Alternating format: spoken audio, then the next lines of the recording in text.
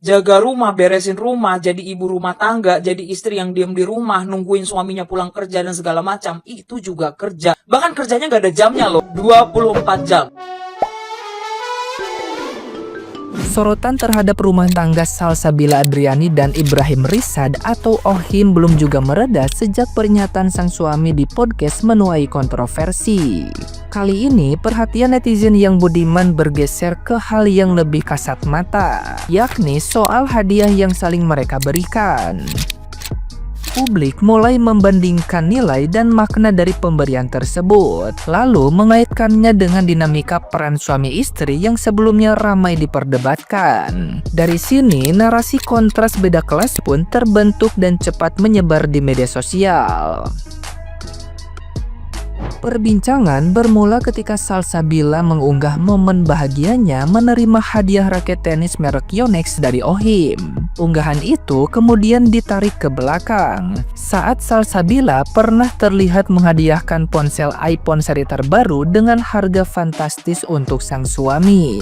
Perbandingan nilai raket sejutaan dengan ponsel puluhan juta rupiah langsung memantik komentar pedas. Netizen yang budiman menilai hadiah tersebut tidak seimbang dan dianggap mencerminkan relasi yang timpang. Ekspresi bahagia Salsa pun ikut disorot, dengan sebagian netizen yang berbakti menyebut rasa syukurnya terlihat berlebihan. Polemik ini kemudian menegaskan bagaimana detail kecil dalam kehidupan publik figur bisa berubah menjadi bahan penghakiman massal. Nah, gimana nih menurut netizen yang terhormat? Silahkan berkomentar ya.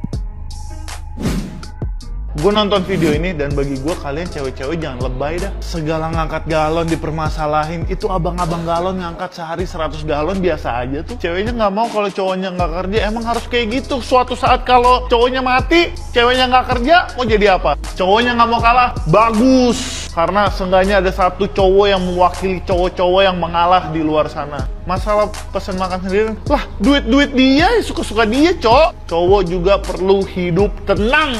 Ditunggu transferannya. Kok ada ya laki-laki seperti itu, apalagi seorang aktor besar ya, yang kayak beranggapan kalau suami menafkahi seluruh kebutuhan istri itu sama dengan babu. Tapi yang bikin bingung itu si ceweknya mau-mau aja, kayak kecintaan banget sama laki tersebut, terima-terima aja sih. Dan memang ya di luar sana banyak banget suami-suami yang kayak belum tahu ya, ada yang namanya nafkah bulanan, ada yang namanya nafkah istri. Nafkah istri itu ya uang yang kita berikan kepada istri pribadi untuk dia membeli keperluan pribadinya istri. Tapi ada yang berpikir kalau gue udah kasih uang bulanan itu udah termasuk nafkah istri. Kita sebagai laki-laki atau seorang suami mau lari ke ujung dunia pun, kalau kita udah punya istri ya, istri itu memang tanggung jawab kita seutuhnya. Istri mau kerja punya gaji sendiri, kita tetap harus memberikan nafkah itu ya.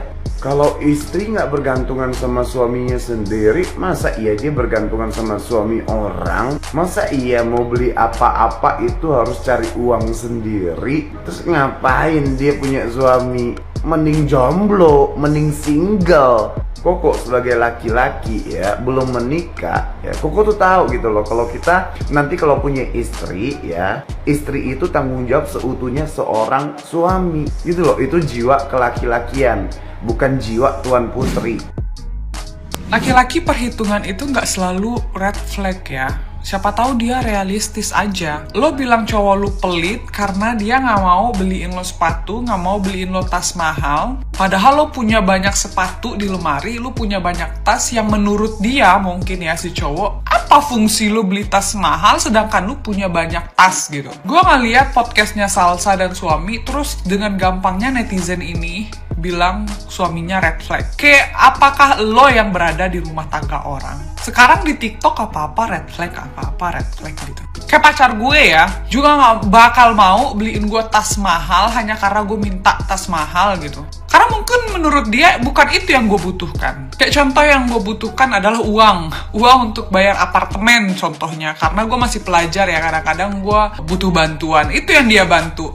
Atau gue selalu nih minum kopi di luar, menurut dia itu sekali ngopi 5 euro, 6 euro. Kenapa enggak dia beliin gue mesin kopi tuh yang harganya nggak murah? Apakah dia pelit hanya karena dia nggak beliin gue tas? Ya enggak. Karena menurut dia itu nggak fungsional. Begitu juga kayaknya suaminya si Salsa. Terus suaminya nggak mau nih punya istri yang di rumah aja, nggak kerja, atau istilahnya ibu rumah tangga. Ya dia bilang, gue nggak mau dong, gue cuma ngasih-ngasih duit yang gue kerja keras sendirian di rumah itu. Iya benar juga, sejak kapan peran suami itu ngasih-ngasih duit doang, dia kerja keras, sedangkan kalau istrinya sehat walafiat, anak bisa dibantu sama mbak, rumah bisa dibantu sama mbak, kenapa enggak lu ikut kerja gitu?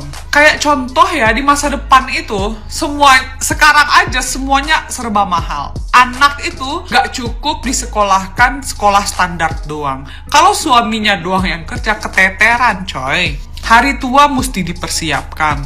Anak-anak masa depannya mesti dipersiapkan. Akan lebih membantu kalau kita sama-sama kerja. Wah, dia nge-GoFood buat diri dia sendiri. Kayak lu langsung bilang cowok itu red flag hanya karena lu denger dari sepihak yang lu nggak tahu kejadiannya kayak gimana. Siapa tahu sih soalnya kan udah di luar ya. Kenapa dia nggak makan di luar gitu? Laki-laki tuh kayak nggak kayak kita. Selalu menggunakan perasaan. Oh, dia kelaparan, aku harus beliin dia juga. Karena mungkin kalau cowok gua akan mungkin dia cuma nanya doang. Aku GoFood nih, kamu mau nggak? Atau mungkin dia udah berpikir aja, kan kamu udah di luar nih, ya udah pasti kamu makan, nggak mungkin kamu nggak makan, kan kamu ada duit sendiri gitu loh. Kayak kita nggak tahu situasi orang ya, dengan gampangnya kita ngejudge red flag. Come on, jangan kemakan drama Korea. Ohim, gini ya, masalahnya itu bukan siapa yang cari kerja, siapa yang cari uang, siapa yang cari nafkah. Bukan itu Ohim, bukan. Kalau definisi kerja menurut lo bang, cuman yang digaji, terus istri yang ngurus anak di rumah 24 jam itu apa? Lo definisiin sebagai pengangguran? Ya nggak bisa lah. Justru dia itu bukan pengangguran, elu yang masih miskin. Tahu kenapa? Karena elu nggak akan bisa sanggup menggaji ibu rumah tangga. Kalau kalian nggak tahu tentang masalah Ohim nih, podcastnya viral nih. Masalahnya tuh bukan siapa yang kerja, siapa yang cari uang, siapa yang cari nafkah. Bukan. Kerja itu nggak melulu soal gaji, kerja itu nggak melulu soal uang. IRT yang di rumah, beberes rumah, ngurus anak, itu juga kerja. Menjaga keharmonisan keluarga, menjaga kestabilan rumah, mengisi isi rumah, isi kulkas dan segala macam. Memikirkan besok mau makan apa, mau masak apa dan segala macam. Itu juga kerja. Kalau kalian memilih untuk pakai ART, ART itu pilihan karena nggak semua rumah tangga juga pakai ART. Jaga rumah, beresin rumah, jadi ibu rumah tangga, jadi istri yang diam di rumah, nungguin suaminya pulang kerja dan segala macam, itu juga kerja. Bahkan kerjanya nggak ada jamnya loh, 24 jam. Dia harus menjaga rumah, harus melayani suami, belum nanti kalau punya anak masih harus bonding sama anak-anaknya, harus main sama anak-anaknya, harus mengajari mendidik anaknya di rumah. Jangan mentang-mentang lo menikahi seorang wanita independent woman terus lo bisa jadi seenaknya gitu loh. Ngerasa kalau ngasih uang bulanan, lo kerja dan segala macam, lo merasa dibabukan. Bukan. Istri itu bukan bos lo, tapi istri itu adalah amanah. Menafkahi itu adalah kewajiban suami seumur hidup. Jangan pernah ngerasa dibabuin, jangan pernah ngerasa direndahin hanya karena kamu melakukan kewajiban menafkahi yang which is itu memuliakan kamu. Kalau belum siap menafkahi, kalau belum siap menarik anak perempuan dari orang tua dan keluarganya, jangan dinikahi. Kalau lo capek kerja tapi dapat duit, pasti bisa didefinisiin. Tapi kalau capek kerja sebagai ibu dan istri, itu nggak ada kata kalimat yang bisa mendefinisikan lelahnya, capeknya tuh kayak gimana. Sekarang lu bawa-bawa apple to apple, halah bullshit lah apple to apple. Sekarang kalau gue balikin, nanti kalau bini lo hamil, melahirkan, ngurus anak, ngurus rumah,